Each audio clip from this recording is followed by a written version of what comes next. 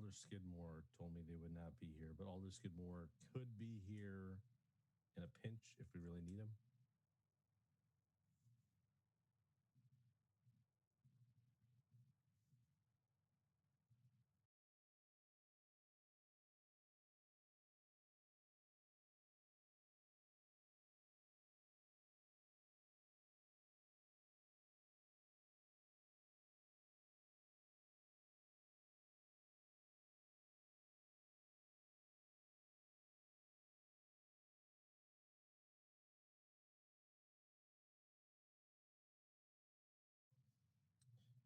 And Seamus McWilliams is our new ASM rep on the committee. Hello, everybody. Nice to meet you. Welcome, Seamus. Hello, everybody. Welcome aboard, Seamus. Hello, Fernando.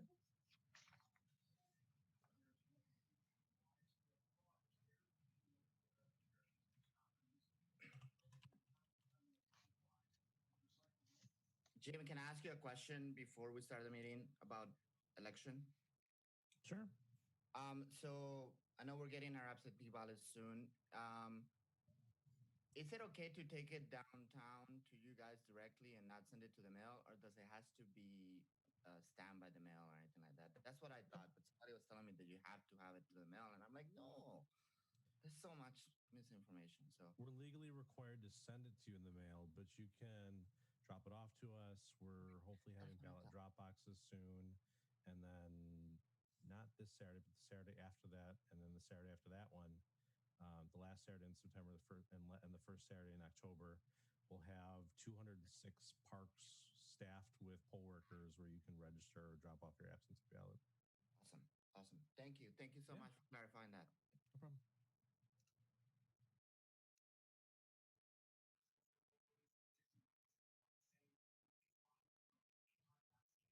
All right. Is there anything that we are waiting on, Mr. Verbeek? Not that I'm aware of. Alrighty. In that case, I call this meeting of the Alcohol License Review Committee to order at 5:33 p.m. This meeting is governed by Robert's Rules of Order. All speakers wishing to address the committee regarding an agenda item must first complete a registration form and submit it to the city clerk designee. Speakers may speak to the committee only after they are called by the chair. Each speaker will be limited to 3 minutes. The public is not allowed to address or respond to speakers or committee members unless they have been recognized by the chair of the committee. Mr. Shraven, would you go over how we have a virtual meeting, please? Sure, thank you. Welcome to our virtual meeting. If you lose connection at any point during the meeting, you can reconnect by clicking the link in your original email. Members, if you are able, please activate your video and keep it on for the duration of the meeting. Staff, if you are able, please activate your video when you are speaking. All panelists, that is alders, commission members, and staff, have the ability to mute and unmute themselves. Commission members, please continue to use the raise hand feature when you'd like to be recognized to speak, ask questions, or request a roll call vote. Lowering your hand will take you out of the queue. Members of the public who have registered to speak. The name you entered in Zoom must match the name you entered in registration. You will remain muted until called upon. The clerk will tell you when your time is up. After speaking, a member of the body may ask you a question. If you need to share documentation with the body, please send it to the email listed on today's agenda. Chair Donnelly, the floor is yours. Thank you very much. Mr. Verbeek, are there any notified absences? You are muted. Yes, Alder Skidmore and Ms. Westra are both notified absences. Thank you. Would you please call the roll? Skidmore is excused. Verveer? Here. Verveer is here. Canospina? Present. Canospina is present. Westra is excused. Donnelly? Present. Donnelly present. Grady?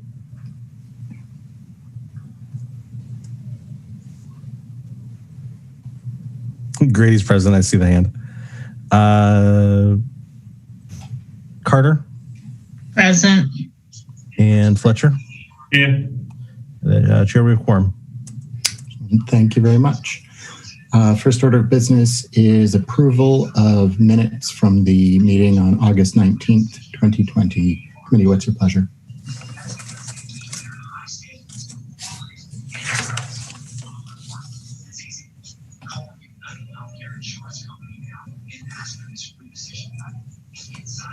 Mr. Grady.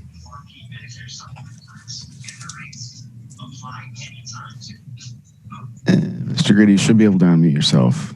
I make a motion to approve the minutes as presented.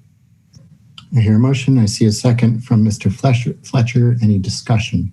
Hearing none, all in favor of approving the minutes as presented indicate by saying aye. Anyone opposed indicate by raising your hand, please, and we will have a voice vote. Hearing no opposition, we will move on to item 1, public comment. Mr. Verbeek, are there any registrants for public comment? I do not see any registrants for public comment. All right. Disclosures and recusals. Any members of the body should make any required disclosures or recusals under the city's ethics code. Does anyone have any such disclosures or recusals? All right. Presentation of the consent agenda. At this time, a consent agenda will be moved with the recommended action or to grant with any recommended conditions if no action is recommended for each item, except items which have registrants opposed wishing to speak, items which members have separated out for discussion or debate purposes, items recommending ordinance changes, or operator license applications. Mr. Verbeek, will you please read quickly through the numbers of which agenda items are currently on the consent agenda, and then members can request removal of any such items. Sure. Recommend to council to grant change of agent items 3 and 4, entity reorganization number 6, street area extension license premise items 7, 8, 9, 10, 11, 12, 13, 14, 15, 16, 17, 18, 19, and 20, and change of license premise item number 22. Thank you, Mr. Verbeek. Are there any items that members would like to separate?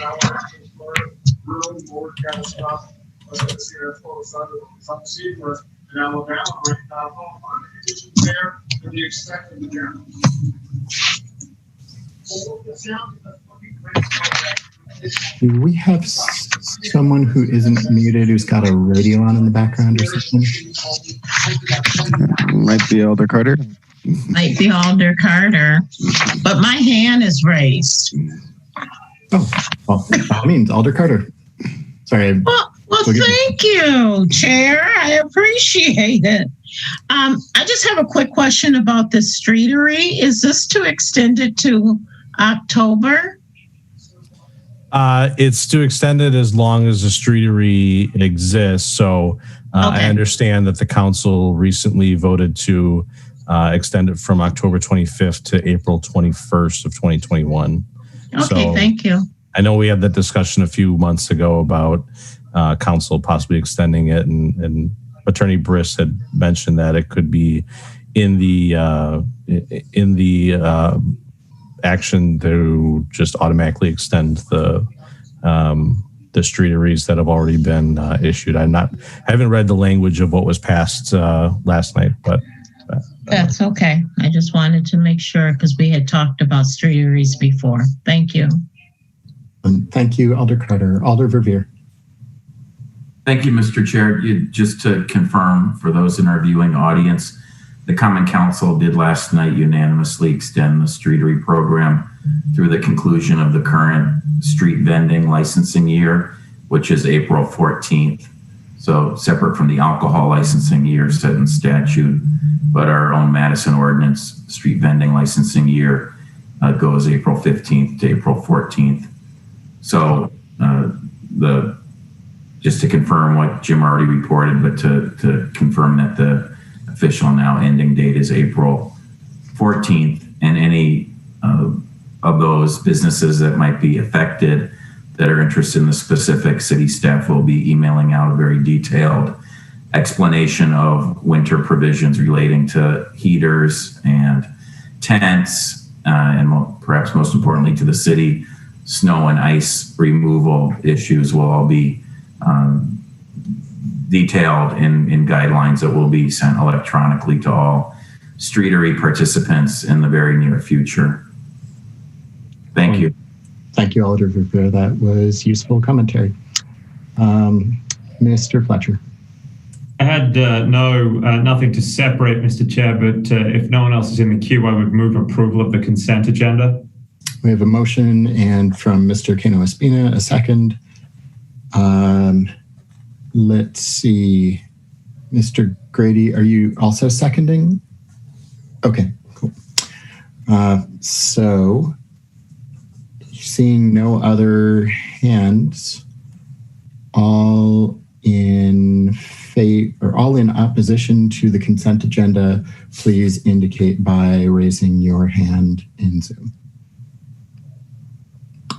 Seeing no objection, the motion passes. Mr. Verbeek, will you please read the detailed list? Those in the audience, if your item is included on this list, it has been approved and will go to Common Council. There will be no further discussion of this item tonight. Mr. Verbeek. Sure. The consent agenda for ALRC meeting September 16th, 2020. Recommended council to grant item number 3, change of agent, BBC Harmony Bar LLC. Number 4, change of agent, Mos Eisley LLC. Number 6, entity reorganization, New Paradise Lounge Inc. Number 7, Streeter Extension License Premise, T&M Ventures Inc. Number 8, Streeter Extension License Premise, Chug-a-Lug Inc. Number 9, Streeter Extension of License Premise, East Main 119 LLC. Number 10, Streeter Extension of License Premise, Dandy Fire Inc., DBA Woofs. Number 11, Streeter Extension of License Premise, Dandy Fire Inc., DBA Davino. Number 12, Streeter Extension License Premise, Duma LLC. Number 13, Streeter Extension License Premise, Ideal Bar LLC. Number 14, Streeter Extension of License Premise, Nat Spiel Inc. Number 15, Streeter Extension License Premise, First Madco Inc. Number 16, Streeter Extension of License Premise, Boss Meadery LLC. Number 17, Streeter Extension of License Premise, Pat and Mike Inc. Number 18, Streeter Extension of License Premise, Swine Madison LLC. Number 19, Streeter Extension License Premise, Vegetable LLC. Number 20, Streeter Extension License Premise, Alchemy Cafe LLC. And number 22, Change of License Premise, K&J Foods Inc. Excellent. Thank you, Mr. Verbeek. Again, if your item was just listed, it has been disposed of and will not be dealt with further tonight. Mr. Verbeek, do we have any items for which we have a translator supplied? We do not tonight. Okay, so moving on, item 2, operator license application for Robert Wren. I'll double check. I didn't see one initially. Our other operator for item 29 looks like it accidentally registered for item 2. I do not see Robert Wren registered for tonight. All right. Has this applicant been on a previous agenda? No, this is the first time. Committee, what's your pleasure?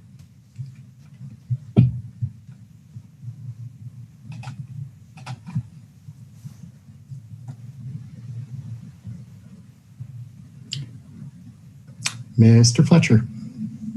So, Jim, is it worth trying to get a hold of the operator and tabling this? I know we've kind of tried to give some flexibility when it comes to Zoom and our kind of public meetings to an extent. If we vote on the item and then later in the meeting the applicant becomes available, we can have a motion to reconsider. And I'm sure that would, I'm reasonably confident that would pass, and it avoids the case where we forget to deal with a tabled item and make it out the end of the meeting without it. And I think that's fair, Mr. Chair. I just want, I think, I think that's good for me to know for other items going forward if that's the practice that we want to adopt. So I will move to refer. Okay, I hear a motion to refer to the next regularly scheduled ALRC meeting from Mr. Fletcher and a second from Mr. Kano Espina. Any discussion? Hearing none, all in opposition indicate by raising your hand. Hearing no opposition, the motion to refer passes on item 2. Shall we move on to item 29 since we have another operator's license application, and it is our practice to put these at the top of the meeting? Seeing no objection, let's move right on to item 29 so we can deal with Quantez Taylor and they can get back out to their life after this. I believe this applicant is present, yes? Yes. All right, Captain Donahue, can you please tell us what we're looking at here? They were on and now it looks like they just fell off quick. I don't know what happened. All right. While that is potentially sorting itself out, I would like to take this moment to remind the committee that the purpose of review of operators' licenses is to determine if granting this person the license would be in line with the health, safety, and welfare of the community. Someone's need for this license for business purposes is not relevant to that determination.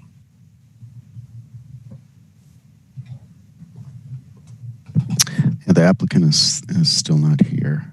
They dropped off and haven't returned.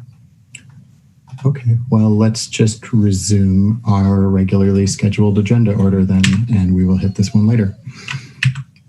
Item 5, entity reorganization or for Harmony Bar and Grill. Do we have any speakers registered for this item?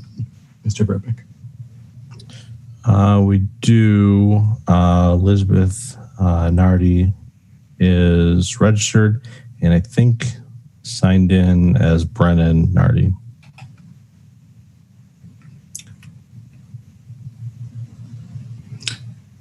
Elizabeth, is that you? Yes, hi. Excellent. Can you please tell us briefly about the nature of this change?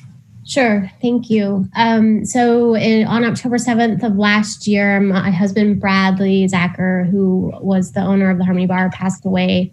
So I am just now doing the change of agent and all sorts of different things to be able to be the owner of the Harmony now. So that is the reason why I have submitted all the applications. Okay. Well, we're very sorry for your loss. Thank you for being here tonight with us.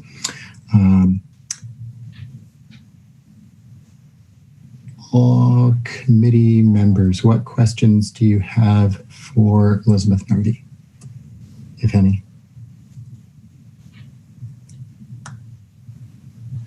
Mr. Kano Espina.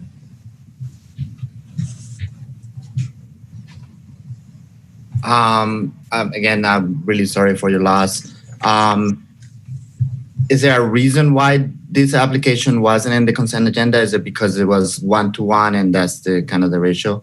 Yes, that's the reason. I did have the conversation with Elizabeth yesterday and just confirmed what it was. I started with the initial instructions that usually are, committee doesn't approve 1-to-1 changes, but she explained the situation. And I know that we had a similar situation before us either a month or 2 ago. And so I didn't put it on the consent agenda just because it didn't meet that threshold that we have. But I did advise her to be here and to explain the situation. The committee would act appropriately. Okay. Is there any other, or can I move to grant? There are no other questions in the queue, so your motion is in order. Do I hear a second? Mr. Fletcher, any discussion of the motion? Seeing none, all in opposition to granting number 5 entity reorg for the Harmony Bar by raising your hand. Seeing no opposition, the motion passes. Thanks again for being with us, Elizabeth. All right. Next. Chair, we do have Quantez back in the queue. Okay, well, let's take up item 29 now, please.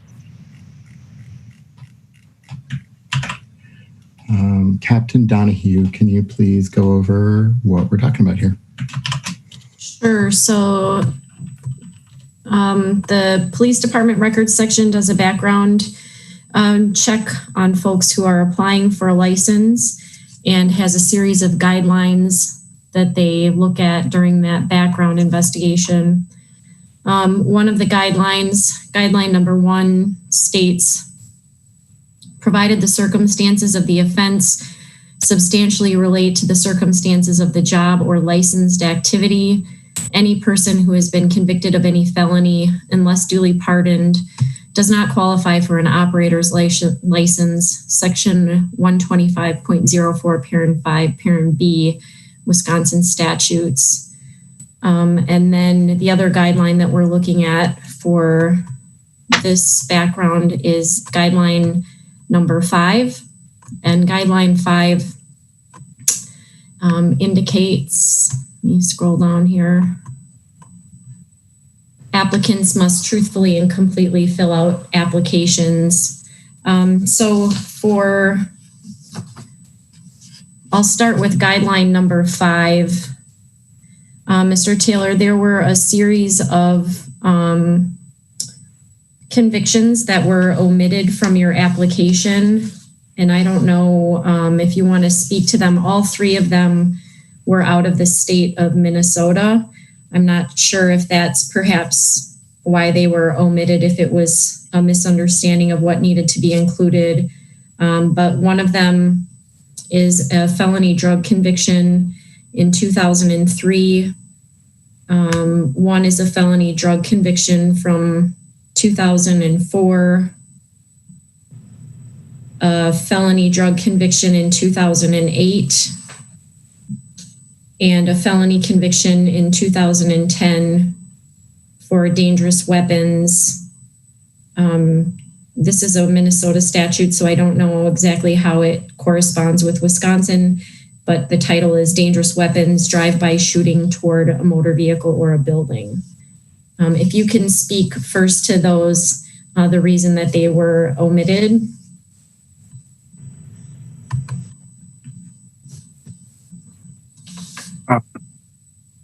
I'm sorry, I didn't understand the question I was giving. Can you repeat that, please?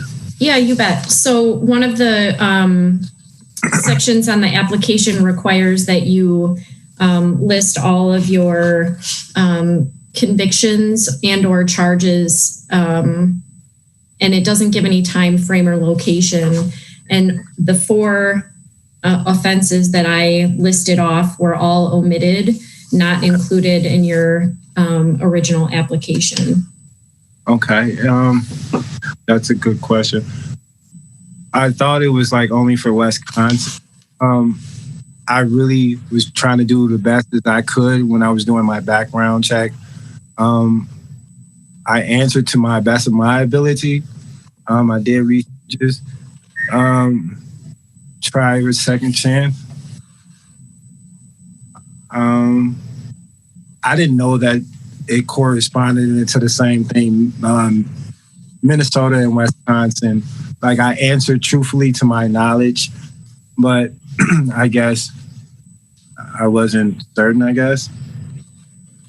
Okay, would you, just so that we know that we conducted the background investigation correctly, do you dispute any of those things that I listed off, or do you acknowledge that those are from your criminal history? Well, I list off,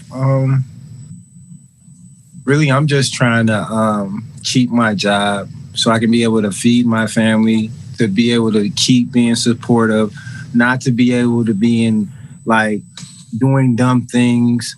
I'm just trying to provide in a more positive. Mr. Taylor? Yes. Taylor, the question that Captain Donahue asked was, do you contest that the charges she read off are indeed accurate and yours? Oh, I do apologize. Yes, it is. It is. Well, thank you very much. Captain Donahue? Okay, and then I just wanted some of the, items from guideline number 1 that I listed are applicable to those items that I listed before. Again, that one is provided the circumstances of the offense substantially relate to the circumstances of the job. Any person who's been convicted of a felony. Mr. Taylor does have a number of felony convictions, both in the state of Wisconsin and in the state of Minnesota. The most recent is a felony conviction in 2016 in the state of Wisconsin. And the oldest is a felony conviction in 2002 in the state of Wisconsin. Both of those are drug offenses. The offenses that I listed from Minnesota, and let's see, there's a 2020 resist or obstruct, which was a forfeiture through Dane County, a possession of open intoxicants in Wisconsin in 2014, a possession of THC in 2013, in addition to the felonies that I listed.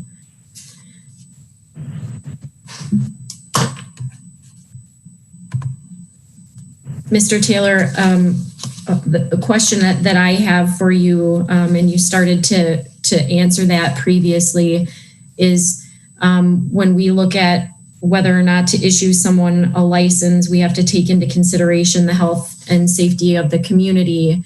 And I guess, what can we expect from you in that regard to make sure that if you are granted this license, that you will do the same and make sure that you are serving the community in a way that is responsible and takes the consideration of the health and safety of the community into account? Well, I was just never given an opportunity. I was always doing dumb things, just wasn't the type of person that I am today. I've grown so much. I just think working, if I'm able to be in prison and be able to work for like crumbs and really be working real hard, I can be able to work in society and be able to work super hard and really, gain something and feel proud that I'm really prospering and be able to feed my family the right way rather than the wrong way. And I've been working at Stop and Go as well in some Prairie. I do apologize. Just even though they only have like 3 months, been consistent. And I'm just trying to continuing being consistent on working and having a job because, there's not many chances for a person. So I'm just trying to keep the opportunity going. I appreciate that a lot. The only other question that I have for you, sir, is are you currently under any kind of state supervision? Oh, yes, of course. I am under parole, but like I said, my parole officer, she's very proud of me. Keep me encouraged and keep me doing positive things. And I have a boss that keeps me on the right track too. And I just don't want to keep that from hindering what I've got going on from my past. Excellent. That was going to be my next question on whether or not your agent was supportive. Thank you. Yeah. I don't have any further questions. Excellent. Thank you, Captain Donahue. We've got Alder Verveer and then Alder Carter. Alder Verveer. Thank you, Mr. Chair. Sir, I was going to ask you the same question that Captain Donahue just did at the end of her line of questioning, and that was about your supervision by the Wisconsin Department of Corrections. Yes. It sounds like, based on what you just testified, that you are very much in good standing with the DOC and your PO, and you probably would have no difficulty then in some sort of written communication, a letter from your agent relating to the granting of this license. Is that a correct assumption on my part that your PO is well aware that you've applied for this license, that you obviously are employed where you are, and thus we have no problem putting that in writing to us? Yes, my apologies. Yes, she's very, very supportive of me. And she asked me if when I was done with this, matter of fact, that if I would give her a call and let me know how it was going for me. So I'm just really just going with the flow so I can let her know after I was done. Well, that's great. It sounds like not only do you have a great relationship with your agent, but moreover and more importantly, you have your life absolutely on track. One last perhaps follow-up question would be, obviously Captain Donahue articulated your conviction history largely relates around narcotics. As part of your sentence or sentences plural by courts, were you required to engage in drug treatment? And if so, could you tell us a little more about that if you completed that? I've completed Thinking for a Change. I've completed other programs. I have completed drug assistance, I should say, because when you're in prison, you have to go through those type of steps being in prison. If you're, how can I say this? If you sign up for programs, they have great programs for you. And I just took the time out and was doing all type of programs, trying to get myself better. You know, I have right now my boss right here on the side of me, I'm just trying to keep it positive and like you said, I have been going to Thinking for a Change, and I've completed that. Just trying to do the best thing that I can so far, I should say. Oh, thank you, Mr. Taylor. I very much congratulate you on all the success you've had recently in your life, and I, for one, don't want to hinder that and perhaps jeopardize the great relationship you have with your employer and hopefully soon to be new employer with, if I understand, the acquisition of Stop and Goes is occurring soon by Quick Trip, correct? So I for one would very much support granting you the license tonight with the condition that you or your Department of Corrections agent, your PO, does submit to the Madison City Clerk's office a short letter stating that she has no objection to us granting this license. This is something that we routinely do and is our past practice on this committee to ask that of folks that are currently on paper. And the DOC has been readily happy to assist with the request on our part to do that. So if you could just get that to the city clerk's office as soon as you can, that would be great. And I don't want to hold up your application being granted. Ultimately, that's up to the city council at a meeting in October. So if you could just submit that between now and that council meeting on October 6th, that would be great from my perspective. I can't speak for the rest of the committee.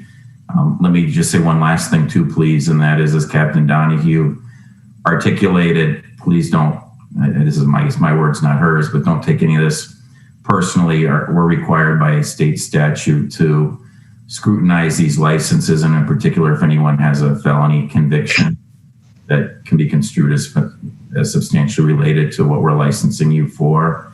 And so we're required to go through all this, and I think you've overcome that burden, and despite your conviction, thank you, history, we should grant that. If your PO can just confirm she's fine with it in writing. So thanks and congratulations on your successes in life, and good luck to you. Thank you. Thank you very much. I really appreciate that. Thank you. You're welcome. Thank you, Alder Verveer. Next up, we have Alder Carter, then Mr. Cano Espina, and then a couple more speakers. Alder Carter.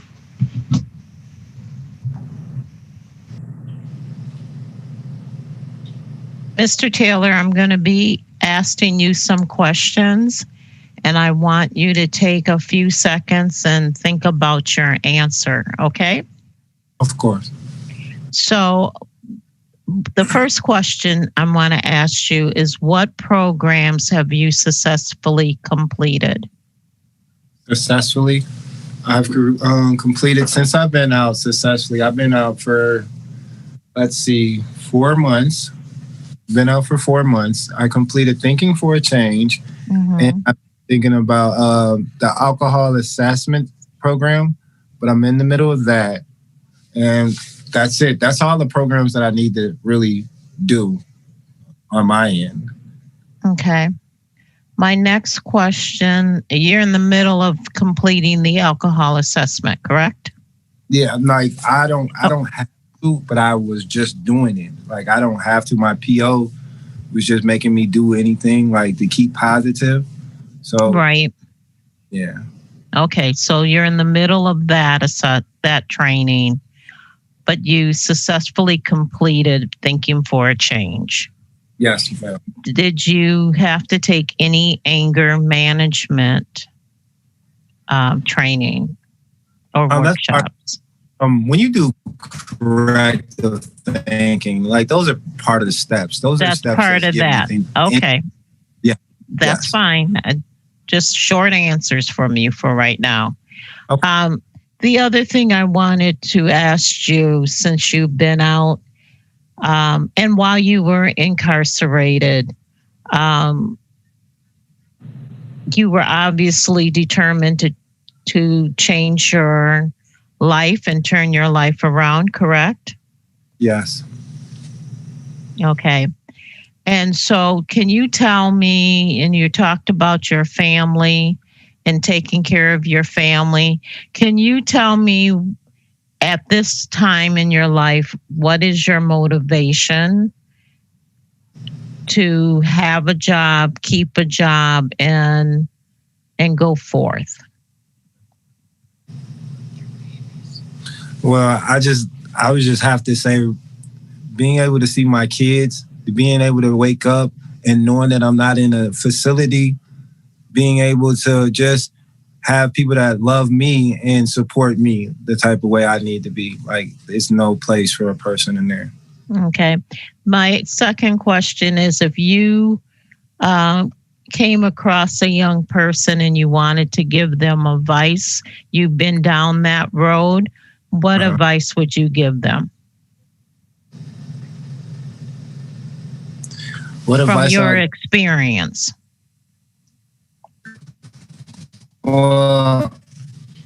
Honestly, would you tell them like, prison is no place to be?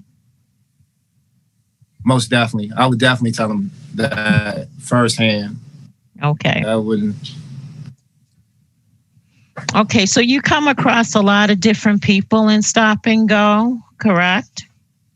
Yeah. How would you I do. Yes, I do. How would you handle a difficult customer? Well, I honestly can tell you this. I've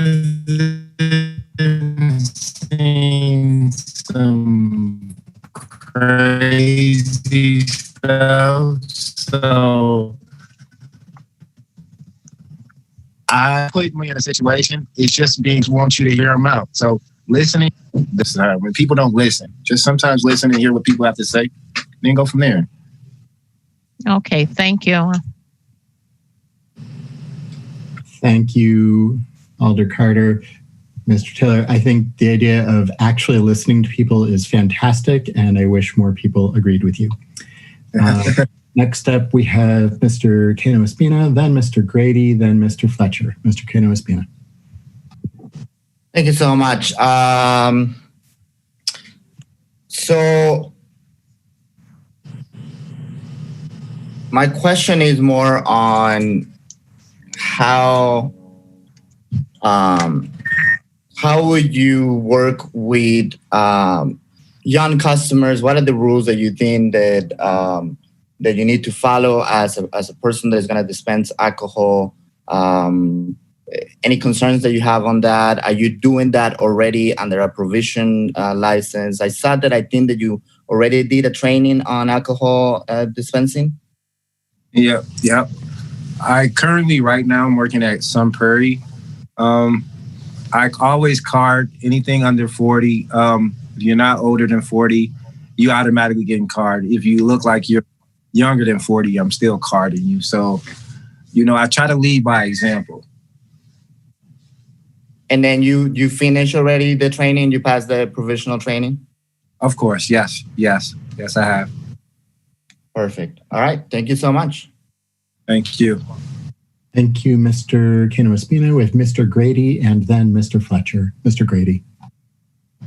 I just wanted to second Mr. Revere's motion if that hasn't been done yet.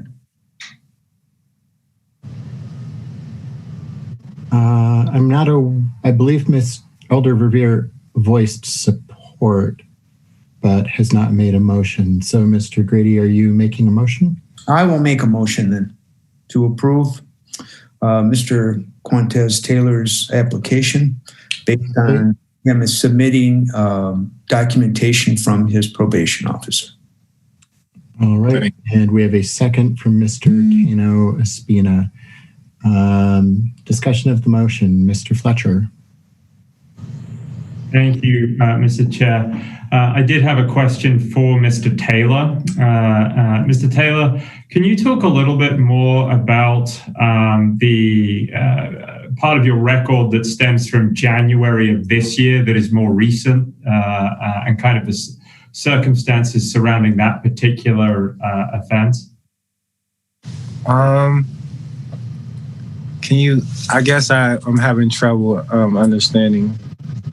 Sure. So I'm interested. I think Captain Donahue earlier on talked about a possession and a resisting an officer charge and conviction from January of this year, if I'm correct. And I'm just looking to understand what the circumstances were about that particular offense, especially because of its recency. So I think Captain Donahue maybe wants to clarify or add. I would just clarify that there was a resisting or obstructing and a possession of THC from January of this year. The previous charge was 2016. Yeah, I can elaborate on it. I mean, I can give you a runaround and lie to you and tell you I was basically the whole fact is I was in possession of marijuana, something that I wasn't supposed to, got nervous, got scared, tried to, how can I say this? I tried to put it in my pocket. Officer was only doing his job, was telling me he asked me what I was putting in my pocket. Mm-hmm. I told him, he placed me under arrest. He thought it was more something else was in the car. I had to tell him, like, sir, I'm being truthful with you. I got scared.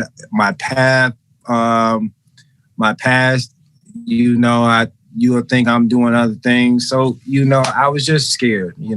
Being frank with you, I was just scared. Yeah, just being stupid at the time. Thank you very much. I appreciate that. And thanks for your candor as well.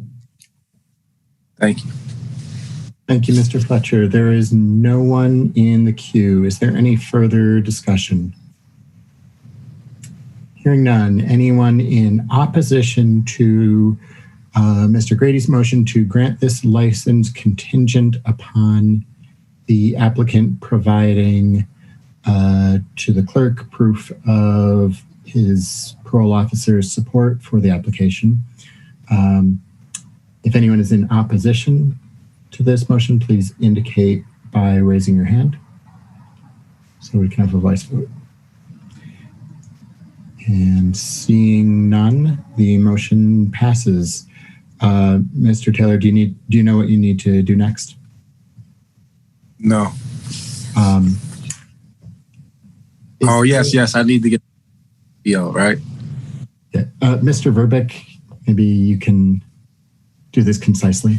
Yeah, if Mr. Taylor, we spoke earlier today. If you just want to, if you have an electronic copy of the letter, If you want to just email it back to me in the letter I sent you with the link to register for tonight's meeting.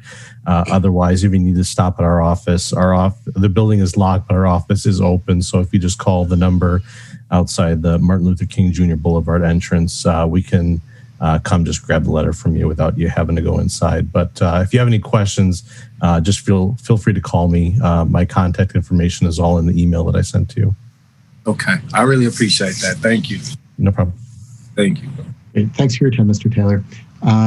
Next up is item number 21, a change of licensed premises for Boss Meadery. And I believe I see Colleen in the participants. Did I do this right? There we go.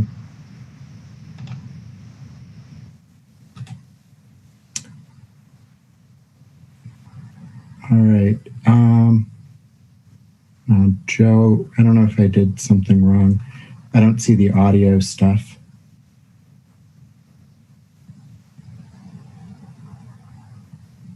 I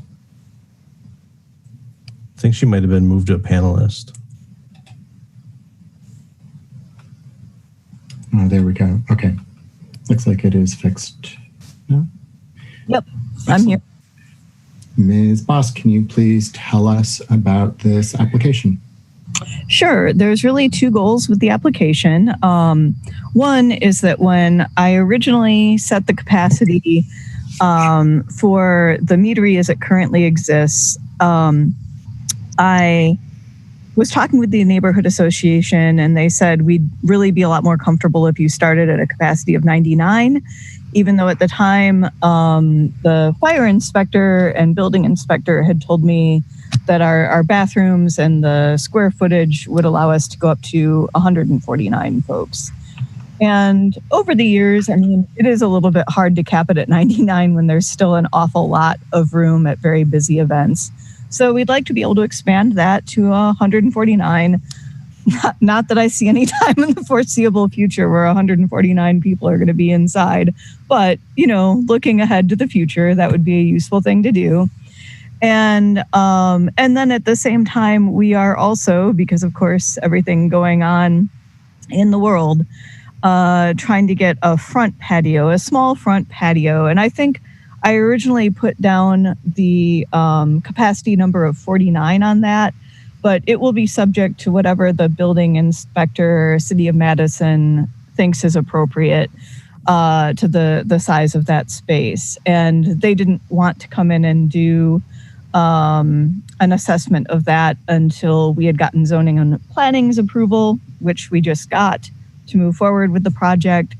So I'm looking for an expanded capacity there. It says 49 in the application, but what I would say is all we really want is whatever the City of Madison building inspection is comfortable with. So those are the two items. All right. So I believe there may be a discrepancy in the application I'm looking at. The proposed outdoor capacity is 24. Okay. It's possible that I changed. I thought I'd seen 49 on the agenda. I thought I had actually ramped that back pretty considerably because I don't think 49 would be realistic for that space. So let's say I'm asking for 24, but I'm content with whatever the building inspector is comfortable with. Sure.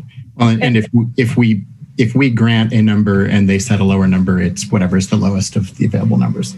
Yeah, and also, of course, subject to COVID-19 common sense. Of course. All right. We have a question from Mr. Fletcher. No, it's just, I think where the 49 number appears relates to the streetery application for the outdoor number. I think that's where the number pulled from. Yeah, I just wanted to go back and check. So. Yeah, I think you're right about that, as a matter of fact. Thank you, Mr. Fletcher. Committee, what other questions do you have for the applicant?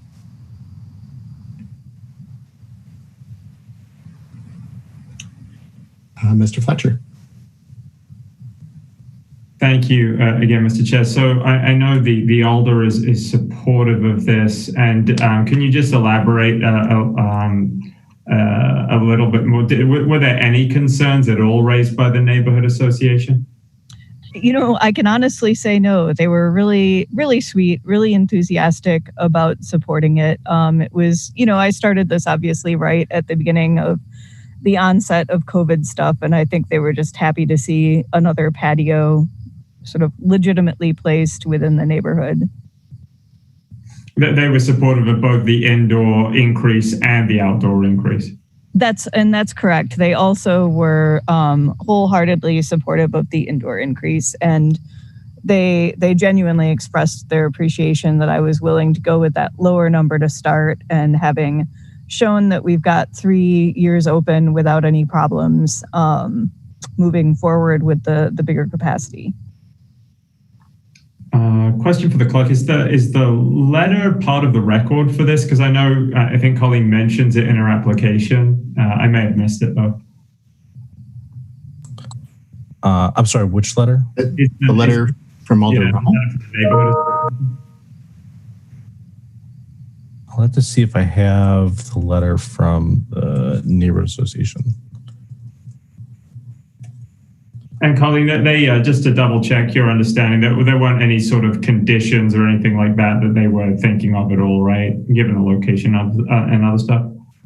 Oh, you know what? If you want to wait a second, I can pull the letter up and double check. But if sometimes the conditions they ask me for are like things that I'm extremely comfortable with, like no music after 10 and things like that. And I think there's no music allowed on the front patio at all, and that's certainly not our plan for it. So if there were any conditions, it wasn't anything that I think even struck me as an impediment to our plan. So I probably didn't think about it, but I can go look. Yeah, I'm just curious, you know, just because sometimes the letters do contain suggestions or recommendations for conditions. So if someone has it, that may be useful. Thank you, Mr. Chair. Yep, hold on. Give me a second, and I think I can find it. Well, while you're looking, Alder Verveer and then Captain Donahue. Thank you. I don't know if the applicant wishes to entertain further questions while she's searching for the neighborhood association letter. Is that okay, Ms. Bowes? Yeah. Okay, great. So I'm just wanted to confirm a couple of things about this application. The first is the patio that you're asking us to approve in this application is on private property. Is that correct? And it's in the front of the business? Correct. It's a part of 849 East Washington. It's not in any kind of sidewalk or right of way or anything like that. Okay, and that's distinct as further from your streetery application, which we already approved on our consent agenda. Is that, if I read that correctly, that's for the rear? Yep, that's correct. Okay. And did you articulate earlier that you already had received zoning approval for the front patio? That's correct. Subject to a few conditions that I'm working through with my builder and the landlord right now, but they have approved it. And that was the Madison Plan Commission. You had to attend a meeting? Yes. Okay, and so that was recent.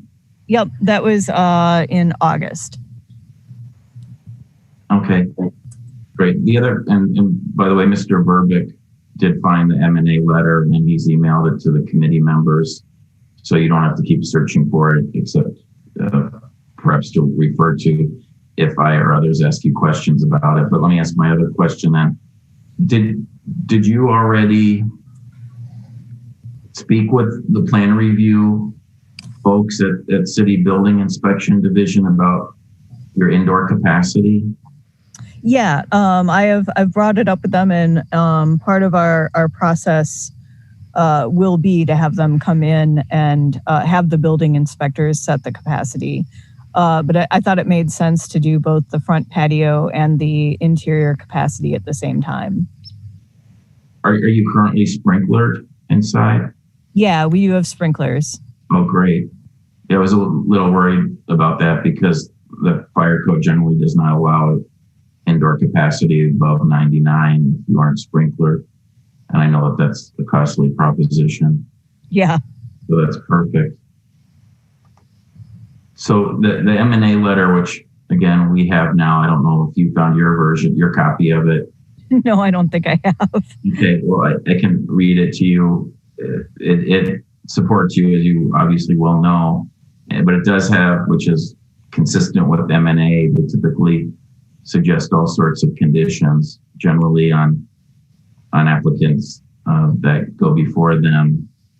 And so they do have several items that they do mention. So if I can just review them with you quickly, although I'm sure committee colleague could do that easily as well. But number one says the front patio is as already proposed and approved with the 10 p.m. closing. I think what they mean is that the plan commission already add as a condition, I presume, on your conditional use permit, the 10 p.m. closing.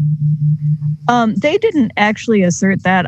I actually told them that was when I was planning to close the front patio, and they just kind of wanted, I think, to confirm that in writing that they felt that was important. Okay. So you're typically the planning division staff does propose to the plan commission, as President Carter, who's a member of this committee, recalls as a former plan commissioner, they typically do routinely put an end time in their conditional use permit approvals, but you don't believe they did that in your case? They matched the 10 p.m. I believe I'd provided them with the M&A letter. Okay. Okay, great. So in other words, maybe I misunderstood your previous response, but in essence, they absolutely, the plan commission did include the 10 p.m. closing. That's right. Okay, I appreciate that. And then the next point that they make, and you can see that it's up on the screen now. Can you see that? Yeah, I can see that now. So then they number two relates to the streetery, which isn't correct based on the city council action last night.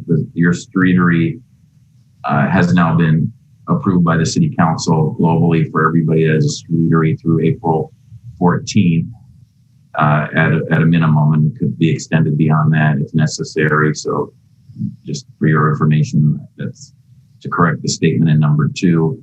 Number three also relates to the item that we've previously adopted regarding your streetery back patio, as does item 4. So those we've already approved, though I will obviously point out that M&A seems to be under the impression that it's the back patio is 20 persons, but as I think it was Mr. Fletcher pointed out, it was your streetery application was 49 for the back.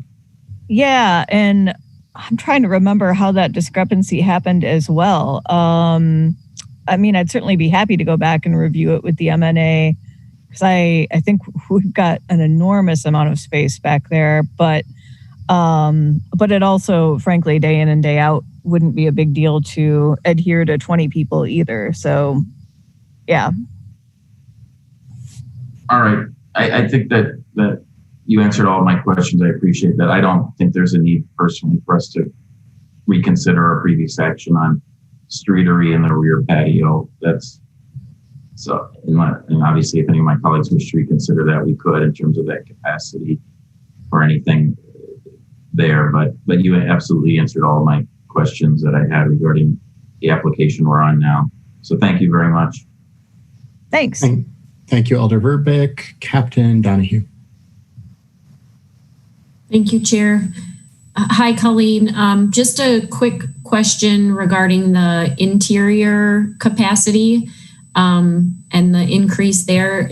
Do you see that more as special event capacity, or is it something that would regularly, do you think you would have a regular crowd that would that you need to bump up the capacity for?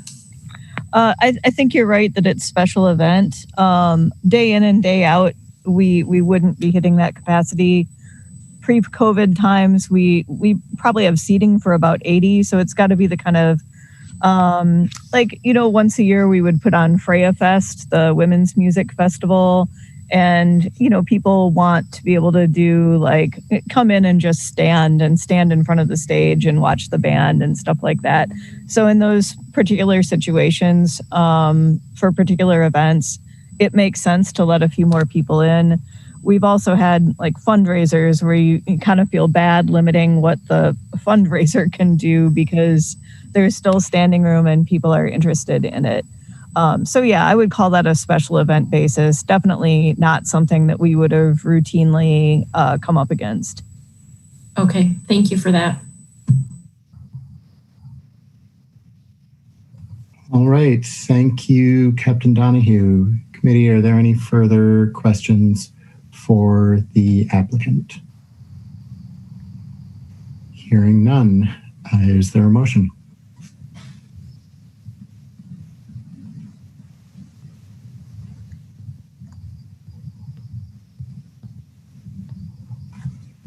What's your pleasure, committee? Mr. Fletcher. You're muted. Oh, sorry. I'd move approval. Your motion, is there a second? Mr. Grady, a motion from Mr. Fletcher to approve the application, second from Mr. Grady. Any discussion? Mr. Fletcher. Yeah, I mean, as regards to, I think, M&A's perhaps understanding of the capacity for the streetery application that this committee's, now acted on it, I guess I'd just suggest that, the applicant kind of works to clarify that in some way with M&A if they're under a different impression, just for the kind of relationship there to continue to go well. But insofar as what we're voting on right now, I think I'm comfortable. So, thank you, Mr. Fletcher. Alder Revere, your hands up again. Would it be a perhaps friendly amendment to add the condition consistent with the Plan Commission action that the front patio must close by 10 p.m. nightly? Mr. Fletcher and Mr. Grady are both in support. Yes, that shall be added as a condition. Thank you. No problem. Any further discussion? Hearing none. All in opposition of approving item 21 with conditions indicate by raising your hand to request a roll call. I see no opposition. Mr. Verbeek, please record approval for item 21. Next up is item 23, 21 plus entertainment license for the Ivory Room Piano Bar. Mr. Verbeek, am I correct that there is already an alcohol license there and this is just the addition of the entertainment license? That's correct. Excellent. Do we have an applicant here to speak to this item? We do. Jack, you are unmuted. Let us know what you are looking at doing, please. Should be unmuted. You are unmuted. Can you guys hear me? Yes, we can. Yep. Can you hear me? Okay, perfect.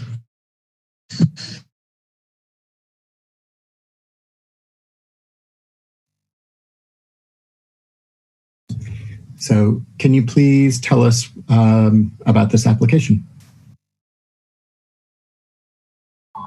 Okay.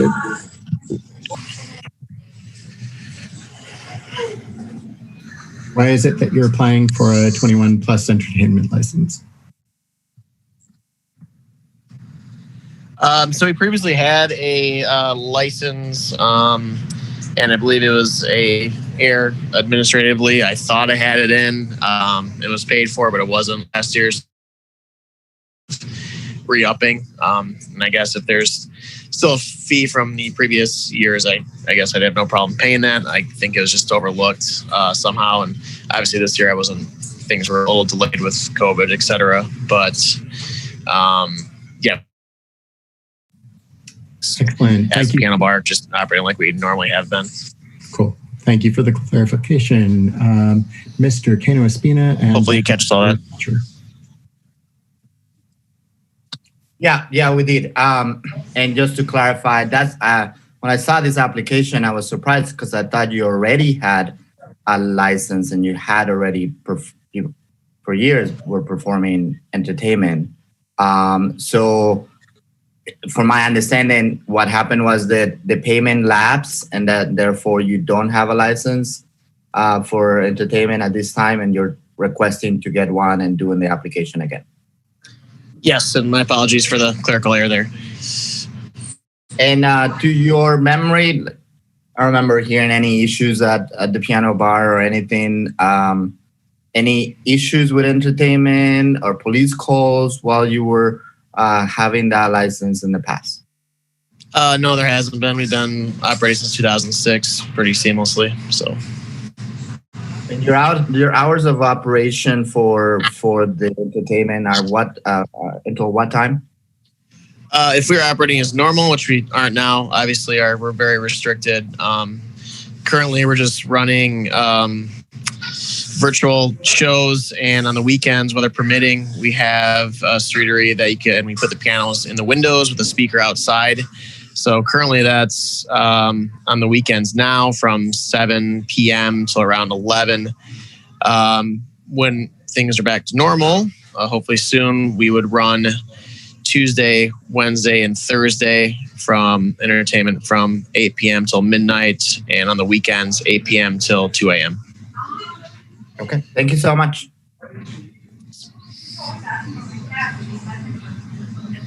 All right, thank you, Mr. Cano Espina. Next up is Mr. Fletcher. Thank you, Mr. Chair. Jack, you, just to clarify, when, to the best of your knowledge, did the entertainment license lapse for this establishment?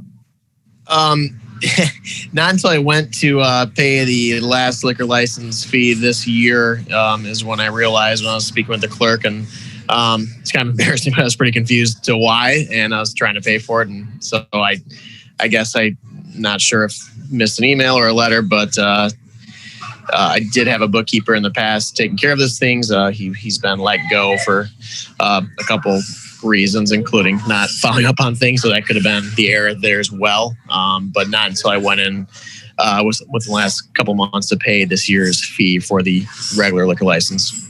Thank you. Would the clerk have any kind of record in terms of how long the license has lapsed for here? Looking at this, it looks like the last payment we received on the license was in 2017. So it looks like it wasn't paid in 2018, and then so it expired. It would have expired on July 1 of 2018. And we would not have sent out reminders since the year after it lapsed, right? Probably. It was. I mean, we typically send a renewal invoice out, and then if we don't get payments for an entertainment license by June, or typically it's like the first week in July, we'll send a second invoice with a late fee attached to it about mid-July. So that would have went out probably in the middle of July in 2018. Okay. And do we ask for kind of, I don't think we do, but do we ask for kind of back payment on some of that or not?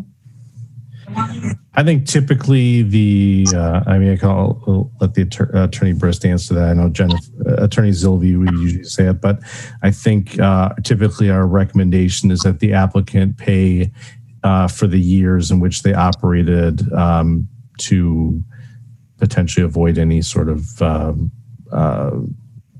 action from the city against the licensee.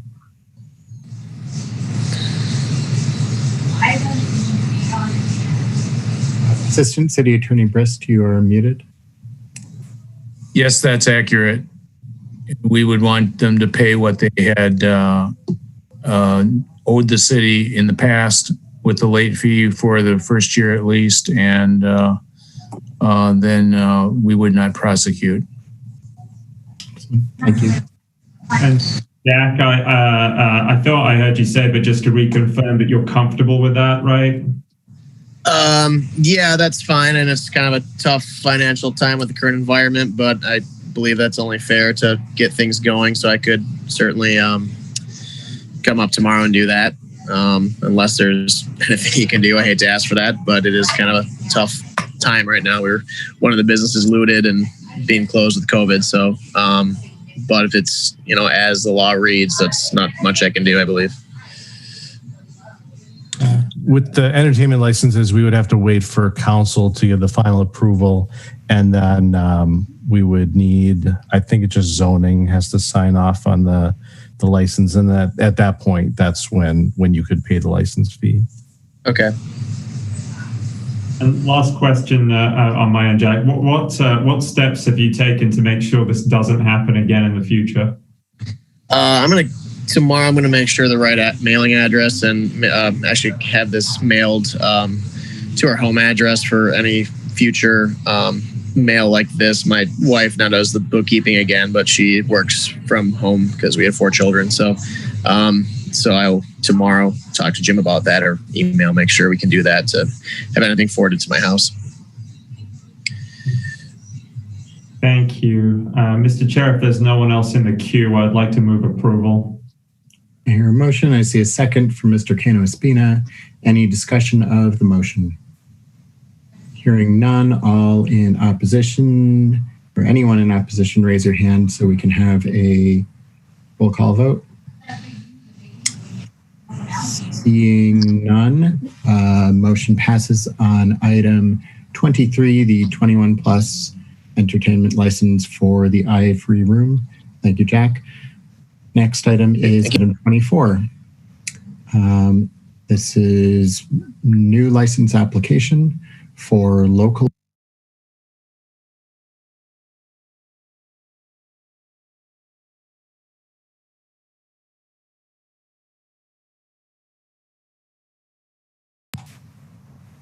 Where did my mute? Did you hear any of that? I think you lost it as soon as you started the.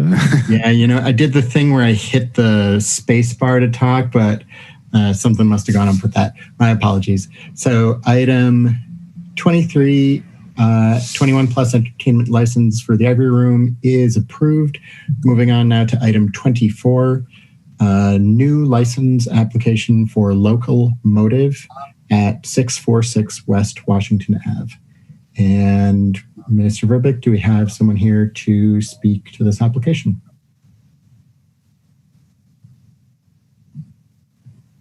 Well, now it's your turn, Jim. You're muted. I swear I clicked it. Yes, we do. Robert is registered in here.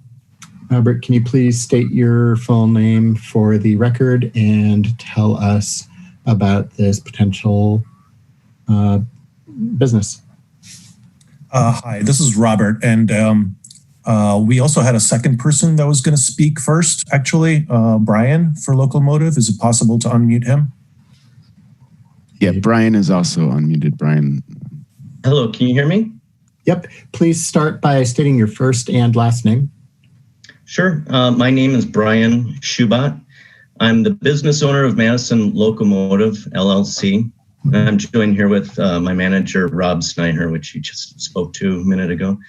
And we're here to seek approval for a liquor license. Thank you for your time to receive us today.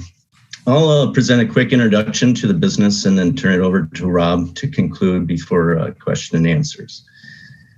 Locomotive is an event space inside a train car, and we're also committed to supporting local endeavors, hence the name Local Motive. This railway car is permanently situated at the end of the train at the historic depot on West Washington Avenue. The interior has been beautifully renovated with new bamboo flooring, and bamboo ceiling in the main hall.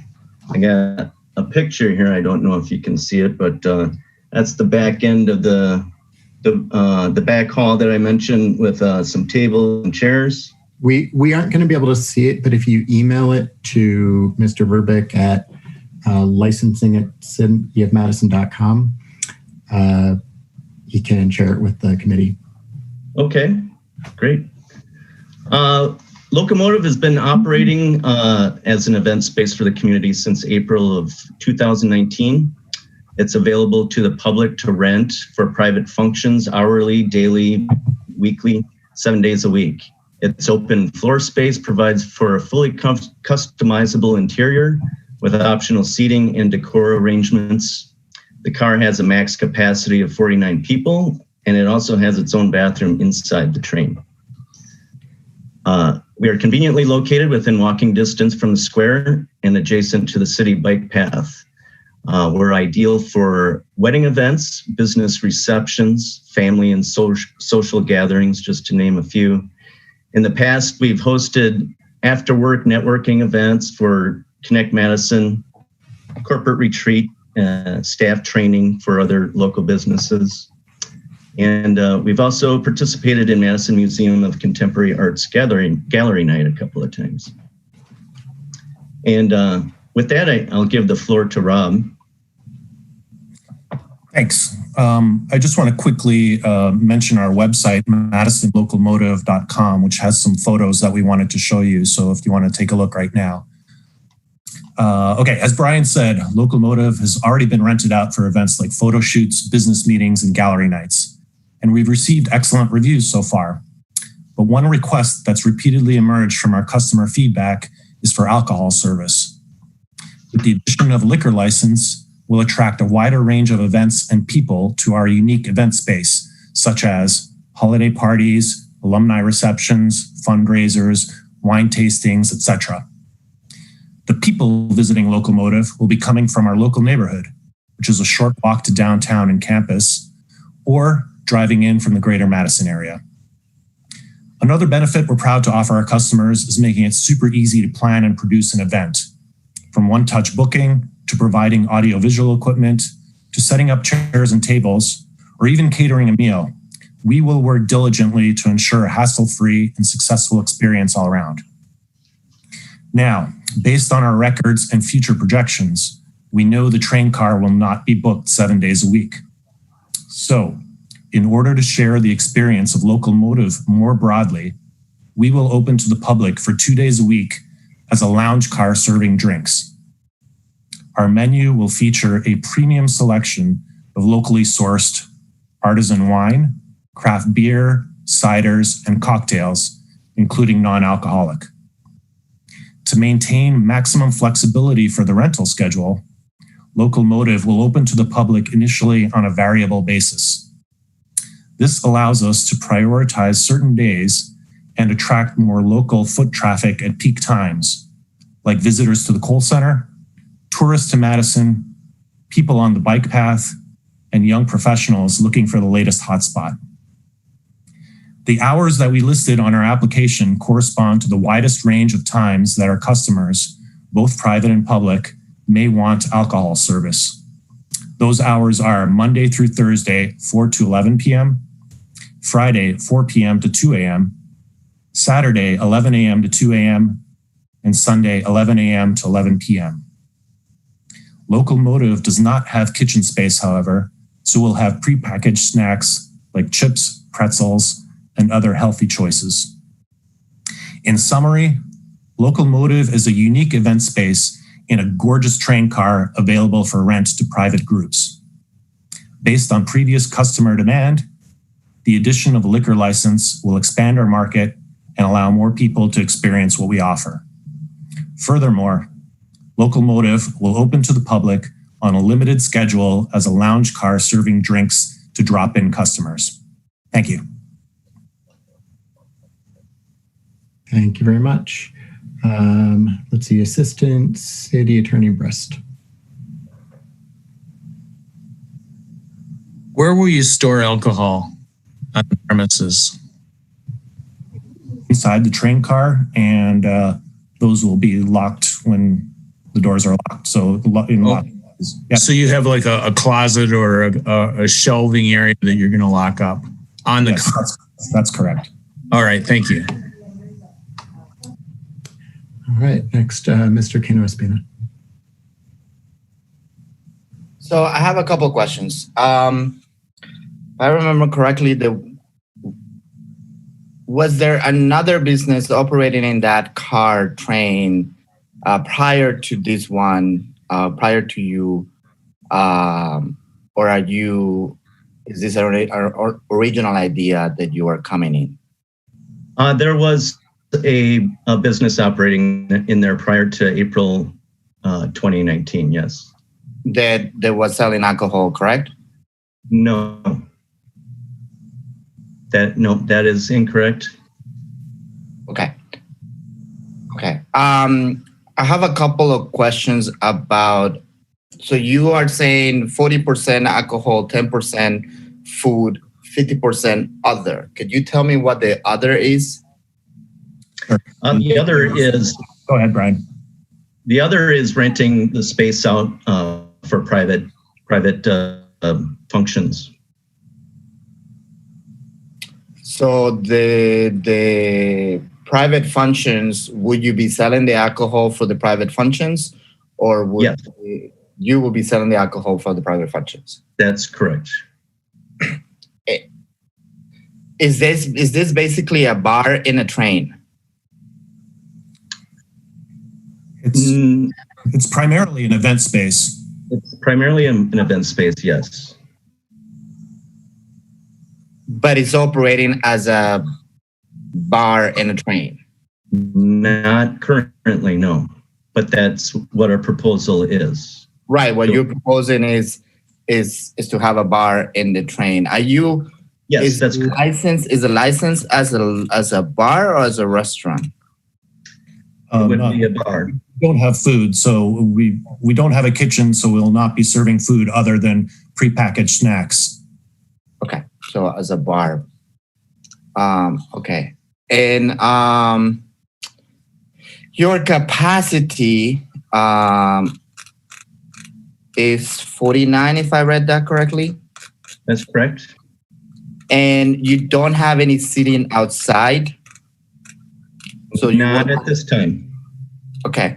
So the when I look at the map that you put in your application, I see some chairs and like a bar area maybe, and like some like train chairs, like if you have used the train, like for the dining car of the train, basically.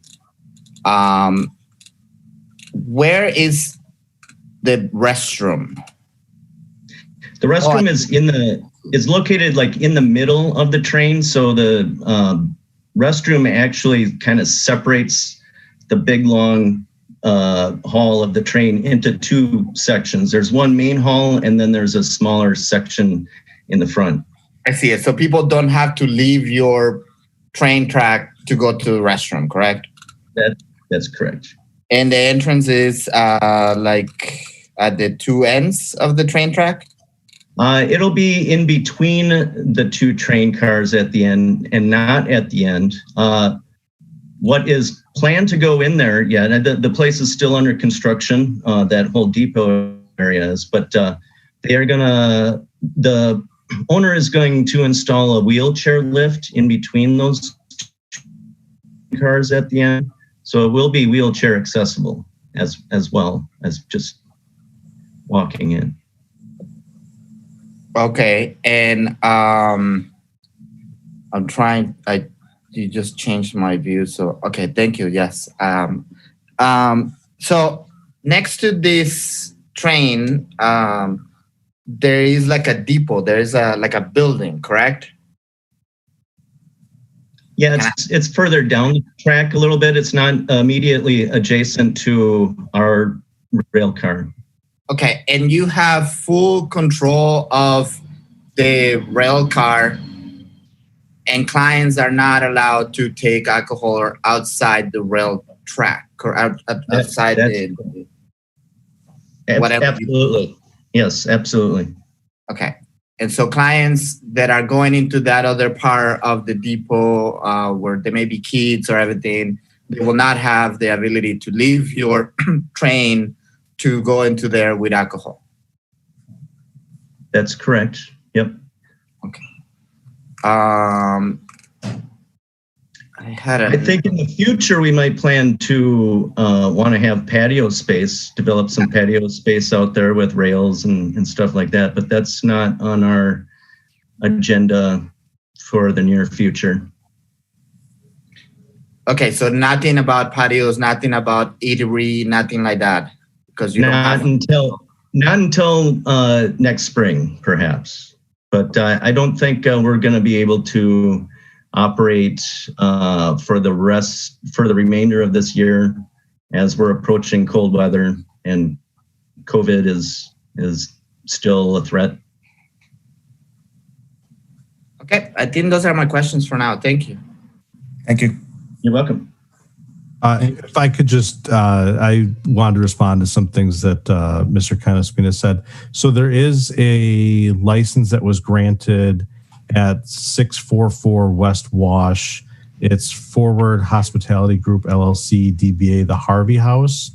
And part of their premise that they applied for was a train car. The premises that they wrote was 2-story brick structure, 2,000 square foot basement, glass enclosed train platform, and a renovated train car. Alcohol will be stored in the basement and at the 2 bars in the brick structure, the service station on the platform, and in the back of the train car.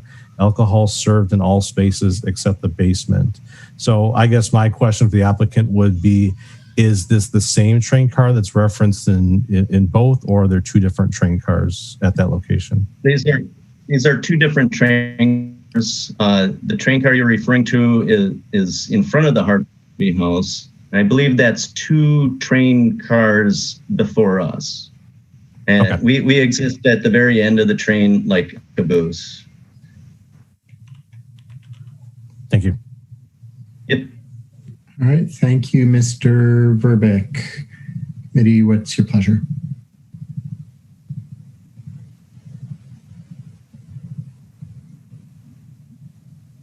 Alder Verveer. Thank you very much. I have no questions of the applicant. I did want to ask Captain Donahue for the Central District Police perspective before I am prepared to make a motion here. Captain. Thank you. Yeah, we met, Lieutenant Nail and I toured the train car. I think it sounds like a really neat idea to me. It sounds like kind of a not a lot of other people, I think, doing what they're doing. One of the things that I liked about their plan and process is, although correct me if I'm wrong, haven't been in the bar business before, one of the things that I appreciated was the pace at which they were moving. And they wanted to move slow and wanted to make sure that they did not get in over their head as far as all of the things that they were taking on, willing to listen to other people who have been in the business and have people that are mentoring and making suggestions. So I really appreciated the way that they were going about it. Thank you, Captain. If it's in order, then Mr. Chair, I would move to grant. Your motion, do I hear a second? A second, Mr. Grady. All right, Alder Verveer. If I could just share a little more information. Thank you. So Brian and Rob, as Captain Donahue alluded to, Brian and Rob reached out to really all stakeholders very early on. I believe I met with them last year. As with all of us, the calendar is only a concept this year, and I've lost all track of time, but I know I met with them before COVID at the train car myself. I can't remember if it was last year or early this year. But in any event, Brian and Rob have also, at my suggestion, met with the neighborhood association, not once, but twice. Again, once pre-COVID in person, and then just a couple weeks ago via Zoom virtually, met with the neighborhood association. So I wanted to share with my colleagues here that there are absolutely no concerns on either my part or the neighborhood association's part with this application.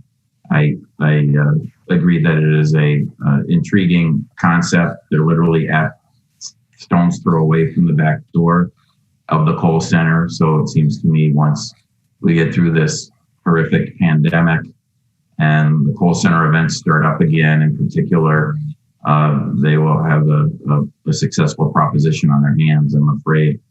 And until the pandemic is rid in our community, they probably, Robin and Brian probably won't have much success, because actually I'm pretty sure the current public health order number 9 would not allow them to operate as proposed in this application, since they couldn't have anybody inside. They'd have to be outside as a tavern.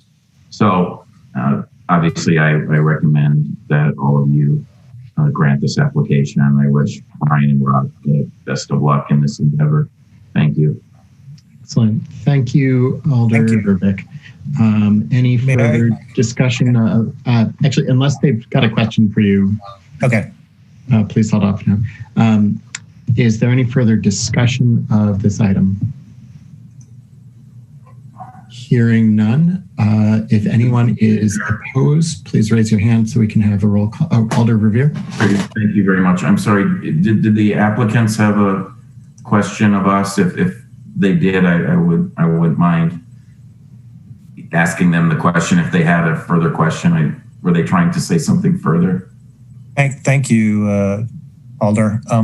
I did have one question about the classification of us. Now, I mean, would this license be classified as a tavern? Because from what I understood, reading the latest public health order, a tavern is classified as a business that gets more than 50% of their revenue from alcohol sales, and we don't anticipate that. So would we still be called a tavern? And yeah, I guess that's it.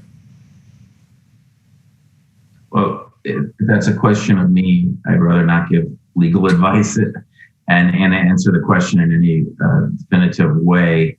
I will say that I was basing my statement a moment ago based on the fact that you identified yourselves as a bona fide tavern in your application, and instead of checking the box that you were other, check the box that you were a tavern. I don't know if our legal counsel, Assistant City Attorney Brisk, wishes to weigh in. Obviously, maybe it's not obvious to my colleagues here, but Steve is not the Public Health Madison and Dane County's legal advisor. So I don't know, Steve, if you wish to respond to the question or not. I don't know if I can give advice on the public health orders. I can say that from the alcohol standpoint, it's not a restaurant.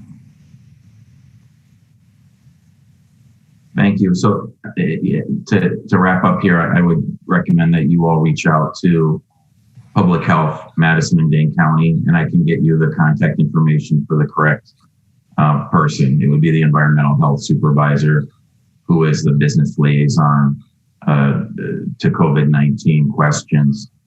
So if you don't have Bonnie's contact information, I can get it to you if you gentlemen want to reach out to me offline. Thank you. You're welcome. Thank you, Mr. Chair, for your indulgence. Of course, Alder. All right, I don't see anyone else in the queue, so all opposed to granting the license for item 24 to Local Motive, please indicate by raising your hand and we will have a voice vote. I don't see any hands in Zoom nor on the screen. So Mr. Verbeek, please record consent for item 24. All right. And next up is item 25. Public hearing, new license for Cocova Chocolatier at 1815 East Washington Avenue. Mr. Verbeek, who do we have registered for this item? Ms. Adari is here and registered for the item. Excellent. Ms. Adari, would you please speak to your application? Yes, can you hear me? We can. Okay. So I already have a beer and wine license. Actually, I was before the ALRC about a year ago applying for the same kind of license I'm applying for now. I just couldn't afford it. My primary business is chocolate. I also ran into a zoning issue last time, which you all probably aren't aware of, but the law has since... We've read about it in the paper. Right.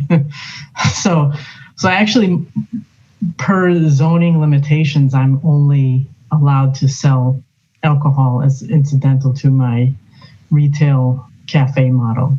And it can't exceed 25% of my total sales, which it never would. So chocolate is my main business. And the reason I'm seeking a full Class B license again is in the hopes that I can secure one of the grandfather licenses, because I think there may be a few available, which are $500 instead of $10,000.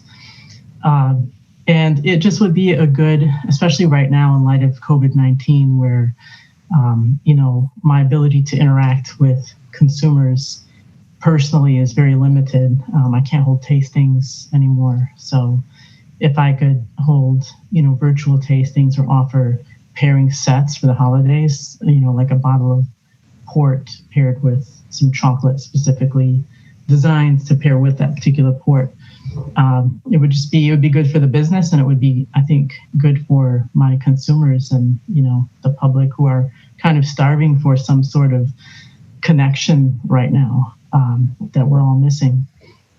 As far as post-COVID plans, I would, if we ever make it on the other side of this, I would do the same thing that I wanted to do before, which is host on-site tastings. And, I'd still like to even hold virtual tastings and have dessert events and offer pairing sets, and, a full Class B license would allow me to actually sell the bottles. So my business focuses on chocolate. It's not about alcohol.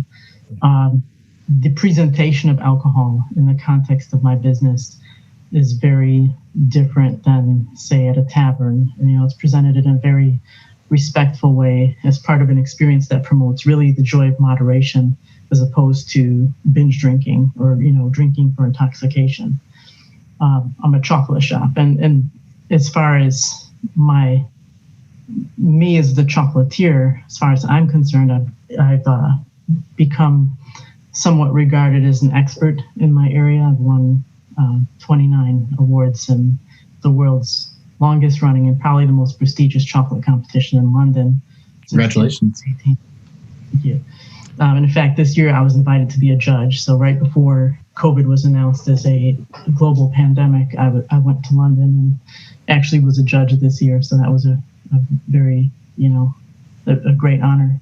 So because of these accolades and kind of the expertise I have, a lot of people are kind of looking for me to have, be able to provide a more meaningful experience to connect them with, this whole world that I've built around the chocolate. And then I also have, some ideas. I don't know if I'll have the energy or time to do it, but I'd love to do tasting talks, because I think the other thing that's compelling about my business in particular is the theme of, lawyer turned chocolatier, and this idea that, there can be a life beyond the life you think that you're trapped in, whether you're a lawyer or in some other profession. So, people just want to talk about these things. And so I think having kind of a more broad array of an experiential feel to this business would just be great for my consumers and, for me as well as the business. Excellent. Thank you. I have a couple of questions for Mr. Verbeek.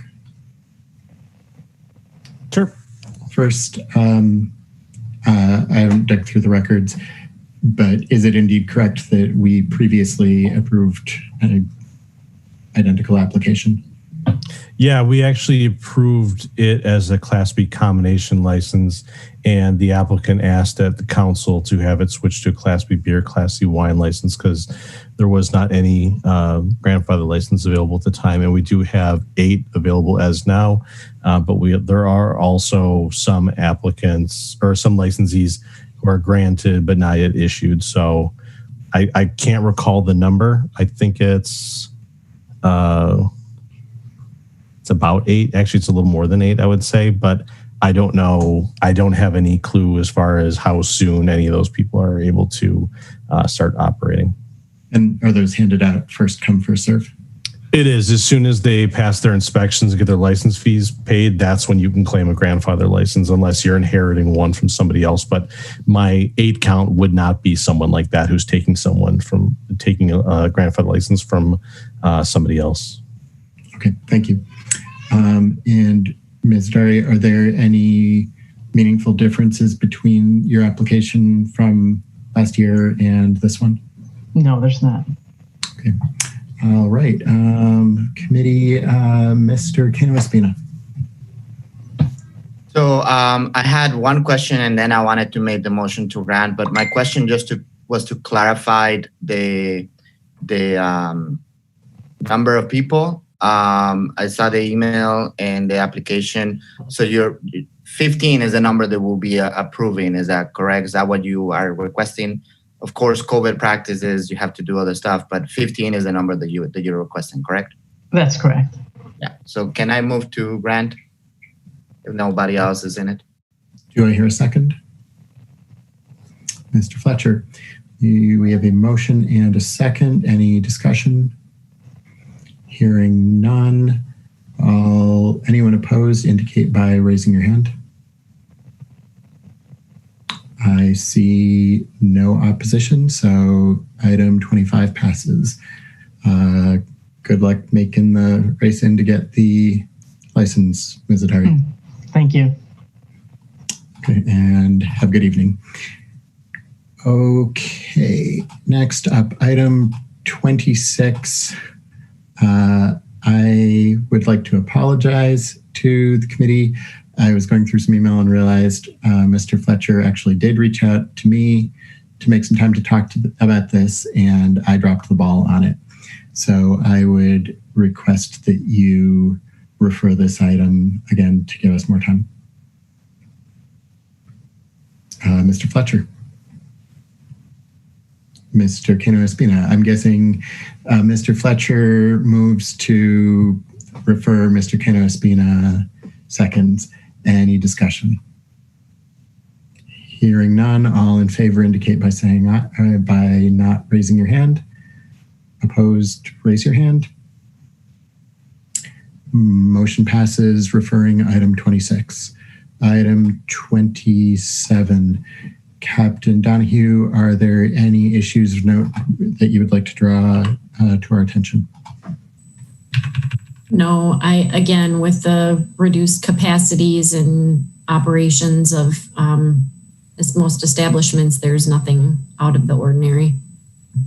Thank you. Any questions about calls for service that you would like to ask Captain Donahue? Okay, moving on. Item 28, report of license is issued. Mr. Verbeek, is there anything to which you would like to call our attention? I have nothing further to add. Committee, do you have any questions for Mr. Verbeek? Hearing none, moving on. We already dealt with item 29, and so all we have left is adjournment. Do I hear a motion to adjourn? Mr. Grady, seconded by Mr. Cano-Espina. The motion is not open to debate. All in favor of adjourning, please indicate by saying aye. Aye. Aye. Opposed have the same privilege.